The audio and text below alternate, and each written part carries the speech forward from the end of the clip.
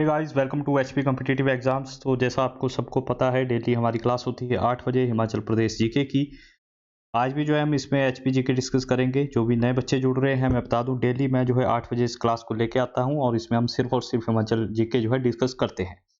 तो आज हमारी 27वीं क्लास है। इससे पहले 26 क्लासें मैं लगा चुका हूँ। आई होप आपने पुरानी जो क्लासें हैं वो देखी होंगी। अगर नहीं देखी है तो एचपी करके प्लेलिस्ट मिल जाएगी आपको, डिस्क्रिप्शन में लिंक मिल जाएगा, वहाँ पे जाइएगा, सारी क्लासें आपको उसमें मिल जाएगी। और इनका जो पीडीएफ है, अगर आपको पीडीएफ फाइल चाहिए, इसकी पीडीएफ मिलेगी आपको कहाँ पे? हमारे टेलीग्राम ग्रुप पे। टेलीग्राम ग्रुप का लिंक भी मैंने डिस्क्रिप्शन में दे रखा है। मैं कमेंट में भी जो है उसको पिन कर दूंगा अगर वहाँ से आपको जो है ज्वाइन करने में प्रॉब्लम हो रही है। तो चलते हैं आज के इस लेक्चर की तरफ। फर्स्ट क्वेश्चन देखिएगा, हिमाचल सरकार द्वारा 2022 तक निर्धारित सतत विकास लक्ष्य में कौन सा एक नहीं है? तो सस्टेनेबल डेवलपमेंट गोल जो हिमाचल गवर्नमेंट ने निर्धारित किए हैं कब तक? 2022 तक।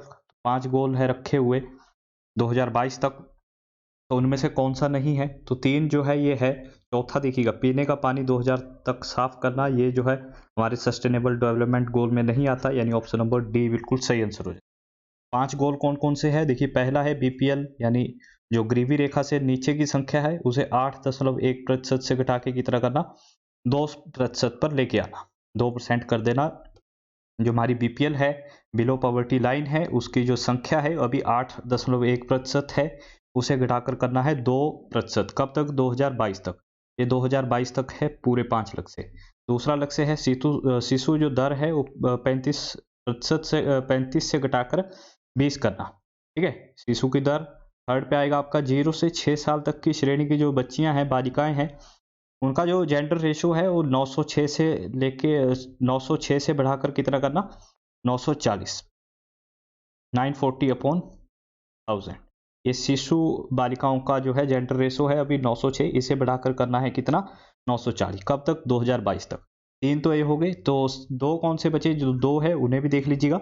एक है आपका 100% जनसंख्या को, जो हिमाचल प्रदेश की जनसंख्या है, 100% जनसंख्या को 2020 तक स्वास्थ्य बीमा प्रोवाइड कराना। ठीक है, एलआईसी यानी बीमा प्रोवाइड कराना 2020 तक। कितनी जनसंख्या को? 100%, हिमाचल प्रदेश की 100% जनसंख्या को। और जो फिफ्थ है वो है कि प्राइमरी और सेकेंडरी स्कूलों से जो है ड्रॉप आउट की जो दर है उसे कम करना। प्राइमरी और सेकेंडरी स्कूलों से ड्रॉप आउट की दर को कम करना। अभी मैं यहाँ से कराऊंगा आपको सस्टेनेबल डेवलपमेंट गोल के बारे में। तो एसडीजी इसे हम बोलते हैं, सस्टेनेबल डेवलपमेंट गोल। इसकी रिपोर्ट आती है, रिपोर्ट जारी कौन करता है? तो नीति आयोग। क्या आप मुझे बता सकते हो नीति आयोग की full form? What is the full form of NITI Aayog? और इसका जो हेड होता है वो होते हैं प्रधानमंत्री। भारत के प्रधानमंत्री जो है इसके हेड होते हैं। इसने जो है रिप्लेस किया है योजना आयोग को। योजना आयोग के बारे में मैं कभी बाद में आपको बताऊंगा। इसे रिप्लेस किया है, इसके स्थान पर आया है नीति आयोग। तो ये जो है इस रिपोर्ट को जारी करता है, सस्टेनेबल डेवलपमेंट गोल की जो रिपोर्ट है उसे जारी करता है। इसमें फर्स्ट स्टेट रहा है कौन सा? तो केरल। केरल जो है नंबर 1 पे रहा है। हमारे हिमाचल की रैंक क्या रही है इसमें? सेकंड रही है हिमाचल प्रदेश की रैंक। ऐसा नहीं है कि हर एक गोल में हिमाचल प्रदेश जो है पीछे रहा है। सेकंड हिमाचल जो है केरल से भी आगे आगे है, लेकिन जो ओवरऑल पॉइंट है वो केरल के ज़्यादा है हिमाचल प्रदेश से, इसलिए हिमाचल जो है सेकंड नंबर पे आया है। लेकिन कुछ एक ऐसे बीच में पॉइंट्स है जिनमें हिमाचल केरल से आगे है। अभी जो है टोटल जो है सस्टेनेबल डेवलपमेंट गोल के कितने हैं? ये तो 17 लक्ष्य है। बाकी के जो लक्ष्य है वो 2030 तक हम पूरे करेंगे। और जो है इसकी थीम्स है, कुछ एक थीम जो इसकी 2030 तक की थीम है। ठीक है, इसका लक्ष्य है उसका नाम रखा है ना, लिविंग नो वन बिहाइंड। क्या रखा है? Living no one behind. ये कब तक की है? 2030 तक की। बाकी जो गोल्स बचे वो 2030 तक पूरे करेंगे। नेक्स्ट देखते हैं हम नेक्स्ट क्वेश्चन। नेक्स्ट क्वेश्चन है, किस योजना के तहत गरीब लड़कियों की शादी पर 51,000 रुपये दान दिए जाते हैं? तो सीएम की जो है, मुख्यमंत्री की कौन सी ऐसी योजना है जिसके तहत गरीब लड़कियों की शादी पर, यानी बीपीएल बिलो पॉवर्टी लाइन की जो लड़कियां हैं उनकी शादी पर दिया जाता है कितना रुपया? तो ये दिए जाते हैं 51,000। कौन सी है? ये है मुख्यमंत्री Kanyadan Yojana. Option number C हमारा बिल्कुल करेक्ट आंसर हो जाएगा। 3 योजना और है यहाँ पे ऑप्शन में, तीनों की तीनों योजना जो है मैं आपको कराऊंगा। मुख्यमंत्री कन्यादान योजना के बारे में मैंने आपको बता दिया। अभी हम यहाँ पे बात करेंगे मदर टेरेसा असहाय मातृ योजना। मातृ मतलब माता वाला। ठीक है, तो इसमें क्या होता है, बीपीएल श्रेणी की जो महिलाएं हैं उनको जो है शिशु जन्म पर, जब उनके जो है शिशु जन्म लेता है, बच्चा जन्म लेता है, तो राशि दी जाती है कितनी, 6,000 रुपया। 6,000 रुपया राशि दी जाती है। इसमें विशेष महिला उत्थान योजना, ये एग्जामिनर पूछ चुका है, तो इसमें मैंने आपको बताया था ये उन्ना जिले से शुरू हुई थी और 3,000 रुपये की जो है अमाउंट दी जाती है जो यौन यौन शोषित महिलाएं हैं, ठीक है, जिनके साथ दुर्व्यवहार हुआ है उनको, और साथ के साथ ट्रेनिंग दी जाती है। और बेटी है अनमोल योजना, तो ये भी जो है बीपीएल परिवारों से रिलेटेड है। बीपीएल की योजना है, इसमें पहली से लेकर स्नातक तक की जो है पढ़ाई फ्री मुफ्त कराई जाएगी हिमाचल गवर्नमेंट द्वारा। फ्री एजुकेशन प्रोवाइड कराई जाएगी बीपीएल गर्ल्स को फर्स्ट से लेके स्नातक ग्रेजुएशन तक। नेक्स्ट देखते हैं हम। नेक्स्ट है बेराडोल सौर ऊर्जा संयंत्र किस जिले में स्थापित किया गया है, in which district is the बेराडोल सोलर पावर प्लांट इंस्टॉल्ड। तो काफ़ी इंपॉर्टेंट हो जाता है हमारा जो है सौर ऊर्जा संयंत्र है, ये है कहाँ पे, बिलासपुर में, आपका नैना देवी जो रीजन है वहाँ पे। कौन सा ऑप्शन, सी ऑप्शन बिल्कुल करेक्ट आंसर हो जाएगा। अभी क्या क्या क्वेश्चन बनेंगे यहाँ से देखिएगा, किसकी सहायता से बनाया गया, तो HPPCL Himachal Pradesh power corporation limited द्वारा बनाया गया। इसकी कैपेसिटी कितनी है, तो 5 मेगावाट। कितनी कैपेसिटी है इसकी, 5 मेगावाट की कैपेसिटी। अभी इंटरनेशनल सोलर अलायंस का नाम सुना है आपने, ठीक है, अंतर्राष्ट्रीय जो सौर संयंत्र है इंटरनेशनल सोलर अलायंस, इसके बारे में पूछता है एग्जामिनर, क्योंकि अभी है जो है भारत ने जो है इसका इनिशिएटिव किया। इसमें 121 कंट्री है, और भारत ने जो है सबसे पहले कहा था कि एक ऐसा जो है संगठन बनना चाहिए, और इसका हेडक्वार्टर भी इसलिए भारत में है। भारत में कहाँ, गुरुग्राम, गुरुग्राम पड़ता है आपका हरियाणा के अंदर, ठीक है। तो वहाँ पे है इंटरनेशनल सोलर अलायंस का हेडक्वार्टर। अगर मैं आपसे पूछूं फर्स्ट सोलर पावर स्टेशन कौन से है भारत में, यानी कौन सा रेलवे स्टेशन जो है वो पूरी तरह से सोलर एनर्जी से चलाया जा रहा है, तो वो है आपका Guwahati railway station. Guwahati railway station जो कि लोकेटेड है असम के अंदर। नेक्स्ट देखिएगा, नेक्स्ट क्वेश्चन है नागरकोट का किला कब तक तुर्कों के कब्जे में रहा था। तो कब तक जो है टर्कीज के अंडर रहा था। नागरकोट का जो हमारा फोर्ट है ये रहा था 1043 ऑप्शन नंबर सी। अभी जो यहाँ पे तुर्क है, अभी एग्जामिनर क्या करेगा, यहाँ पे कभी आपको महमूद गजनवी दे देगा, महमूद गजनवी इस तरह से पूछेगा कि कब तक नगरकोट का किला महमूद गजनवी के कब्जे में रहा था, या डायरेक्टली जैसे मैंने पूछा आपसे कि कब तक नगरकोट का किला तुर्कों के कब्जे में रहा था, तो 1043 जो है महमूद जो गजनवी था इसने 1009 पे आक्रमण किया था। 1009 में जो है इसने आक्रमण किया था, और तब से लेके 1043 तक जो है इसका कब्जा रहा था इसके ऊपर, ठीक है। और इसके बाद एक राजा आया था महिपाल, उसने जो है इसका शासन खत्म कर दिया था। उस राजा का नाम क्या था जिसने तुर्कों का जो शासन था उसे खत्म किया, ऐसा भी एग्जामिनर पूछ सकता है, तो उसका नाम था राजा महिपाल। राजा महिपाल ने जो है इसे यहाँ से खदेड़ दिया था, भगा दिया था। नेक्स्ट देखिएगा, नेक्स्ट क्वेश्चन, तोरमाण कौन था, हु इज तोरमाण, कौन था ये था आपका एक हूण आक्रमणकारी, यानी ऑप्शन नंबर कौन सा हमारा भी यहाँ पे बिल्कुल करेक्ट आंसर।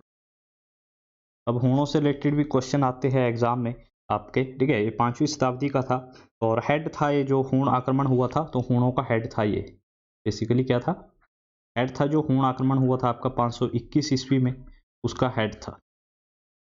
इसके बाद इसका एक और बेटा था जिसका नाम था मिहिरकुल, ठीक है, इसे भारत का एटीला कहा जाता था। और जो हमारी गुज्जर जाति है, ठीक है, वो खुद को किसके वंशज मानते हैं, तो हूण के, ठीक है, हूणों का वंशज कहा जाता है गुज्जर को, ठीक है। नेक्स्ट देखते हैं हम, और ये जो था तोरबाण जो था ये एंटी बुद्धिस्ट था, ठीक है, बौद्ध विकसित कभी हो ही नहीं सकता इसका, क्योंकि ये बौद्धों के जो है खिलाफ था। बौद्धिस्ट जो है मतलब बौद्धिस्ट जो लोग थे उनको ये नहीं मानता था, उनके एंटी था, तो इस पे तो कभी आप जो है सोच के भी टिक मत करना। नेक्स्ट देखिएगा, चंबा को जम्मू से जोड़ने वाले दर्रे का नाम क्या है, तो कौन सा पास है जो कनेक्टेड करता है आपका, कनेक्ट करता है चंबा को जम्मू से, इसका नाम है कौन सा, पादरी पास, ऑप्शन नंबर डी, पादरी दर्रा। पादरी जो दर्रा है ये जोड़ता है जम्मू को चंबा के साथ।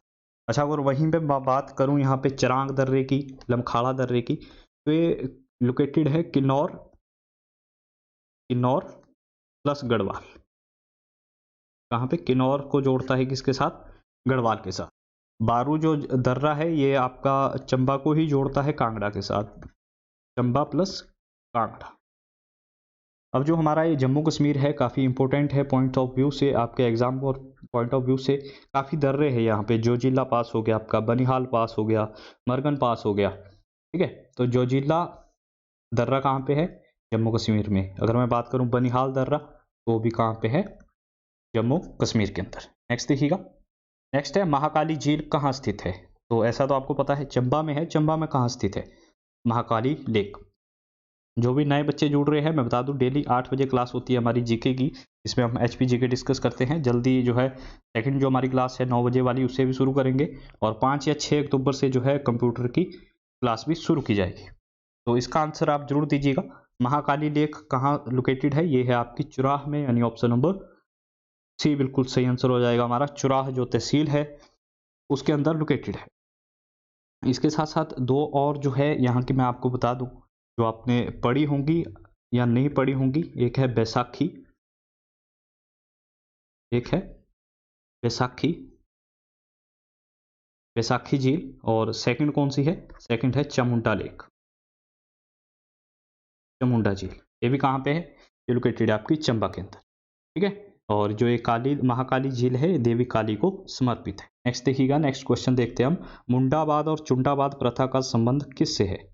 तो ये किससे रिलेटेड है, मुंडाबाद एंड चुंडाबाद। ये आपके संबंधित है संपत्ति बंटवारे से, यानी प्रॉपर्टी डिस्ट्रीब्यूशन से। ऑप्शन नंबर ए यहाँ पे बिल्कुल सही आंसर हो जाएगा। ये जो हमारी गद्दी जनजाति है उसका जो है एक संपत्ति बंटवारे का टर्म है मुंडाबाद एंड चुंडाबाद। अभी मैं आपको समझाता हूँ मुंडाबाद क्या होता है और चुंडाबाद क्या होता है। मुंडाबाद में क्या होता, जैसे फादर है ना, पेरेंट्स है, तो उसकी जो उनकी डेथ हो जाती है उसके बाद जो संपत्ति दे दी जाती है वो बांटी जाती है किसमें, बच्चों में। इसे बोलते हैं मुंडाबाद गद्दी जनजाति में। चुंडाबाद क्या होता है, जैसे कोई मान लीजिए इसका नाम है श्याम, मैं आपको आराम से समझाऊंगा। श्याम, तो इसकी जो है मान लीजिए 3 पत्नियां हैं, ठीक है, 3 जो है इसकी वाइफ्स है। तो जो जब इसकी डेथ होगी तो उसके बाद जो इसकी आगे मान लीजिए 3 पुत्र है, श्याम है, उसकी 3 जो है शादियां की है उसने, 3 पत्नियां हैं उसकी, और आगे 3 पुत्र है। तो जब श्याम की डेथ होगी तो उसके बाद उसकी जो जमीन होगी वो उसके पुत्रों में नहीं बांटी जाएगी, किसमें, पहले बांटी जाएगी उसकी पत्नियों में। जब पत्नियों की डेथ होगी उसके बाद वो जो जमीन होगी वो डिस्ट्रीब्यूट होगी, उसके आगे बच्चों में उसकी जो संपत्ति होगी वो बच्चों में बांट दी जाएगी। इसे बोलते हैं चुंडाबाद, ठीक है। इतना समझ में आया। यानी अगर पति के जो है बहुत एक से ज़्यादा पत्नियां हैं तो उसकी जो जमीन होगी उसकी मरने के बाद वो पत्नियों में बांटी जाएगी, और जब पत्नियों की डेथ होगी उसके बाद जो है आगे बच्चों को दी जाएगी। ये चुंडाबाद प्रथा है। और मुंडाबाद में जो डायरेक्टली जिस तरह से होता है हमारे हिंदू धर्म में कि जो फादर होता है, जो पेरेंट्स होते हैं, उनकी ज़मीन जो है उनकी डेथ के बाद उनके बच्चों को दे दी जाती है। नेक्स्ट देखते हैं हम। नेक्स्ट है नई शिक्षा नीति लागू करने वाला भारत का पहला राज्य कौन सा है। ये तो आई थिंक सबको पता होगा, ये है हमारा हिमाचल प्रदेश। अभी एक वीडियो में मैंने कहीं कर्नाटक बोल दिया था कि कर्नाटक, क्योंकि कर्नाटक जो है सबसे नंबर 1 पे रहा था, फर्स्ट रेस में जो है सबसे आगे रहा था कि हम जल्दी जल्दी जो है इस नीति को लागू कर देंगे, जो नई नीति आई है। मुझे लगा कर देंगे 1-2 दिन में, लेकिन हिमाचल ने बाजी मार ली और हिमाचल जो है नंबर 1 पे आ गया। तो हिमाचल आपको याद करना है।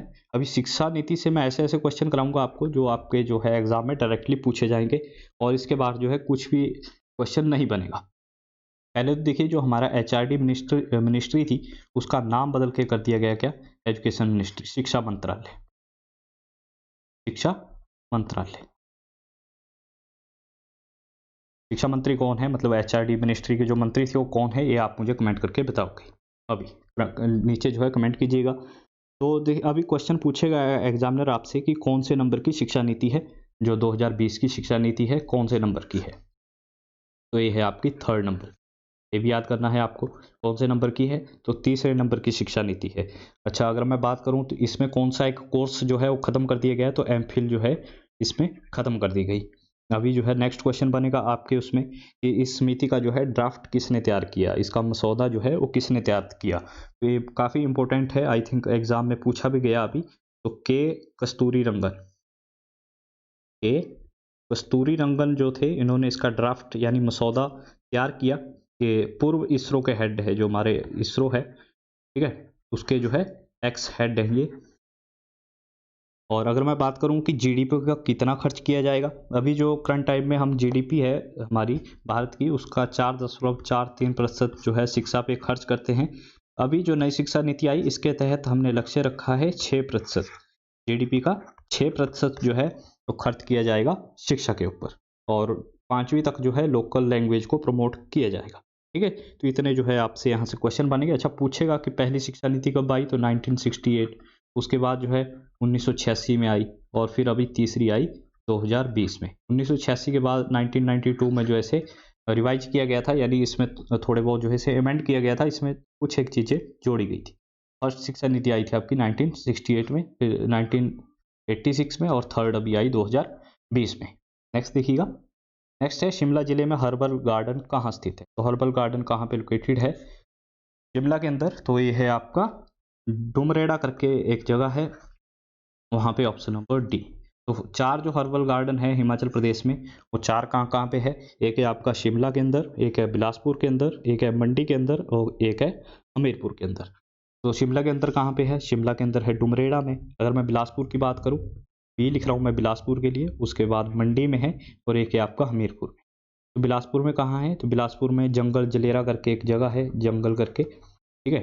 इसके आगे का क्या है, जलेरा, कुछ ऐसा ही टर्म है ना, जलेरा या जलेटा। तो जंगल आप याद कीजिएगा बिलासपुर में, और मंडी में है जोगिंदर नगर में। मंडी में कहाँ है, जोगिंदर नगर में है हर्बल गार्डन। और हमीरपुर की बात करूँ तो हमीरपुर में है नेरी में। हमीरपुर में कहाँ है, नेरी में। और शिमला की बात करें तो डुमरेड़ा में। तो ये 4 हर्बल गार्डन है हिमाचल प्रदेश के। अब एक क्वेश्चन आपके लिए है, ये क्वेश्चन, एयो ह्यूम जिसने कांग्रेस की स्थापना की थी, या इसे स्थापना जो है करने वाला माना जाता है, शिमला में कहाँ जो है किस स्थान पर रहता था, कहाँ रहता था वो, ये आप मुझे जो है कमेंट करके बताइएगा इसका आंसर क्या होगा। और नेक्स्ट वीडियो में इसका आंसर आपको दूंगा। अब पिछली वीडियो में मैंने क्या क्वेश्चन पूछा था मैं खुद भूल चुका हूँ। तो जो ऐसे भी नेक्स्ट वीडियो आया करेगी, उसमें हम जो है जो भी मैं क्वेश्चन पूछूंगा आपसे, उसका आंसर जरूर आपको दिया करूंगा। तो इसकी पीडीएफ के लिए आप जो है टेलीग्राम ग्रुप से जुड़ जाइएगा हमारे, और साथ के साथ जो प्लेलिस्ट है उसे भी देख लीजिएगा। जो नए बच्चे जुड़ रहे हैं, सब्सक्राइब जरूर कर लीजिएगा। तो thank you for watching us, have a good day.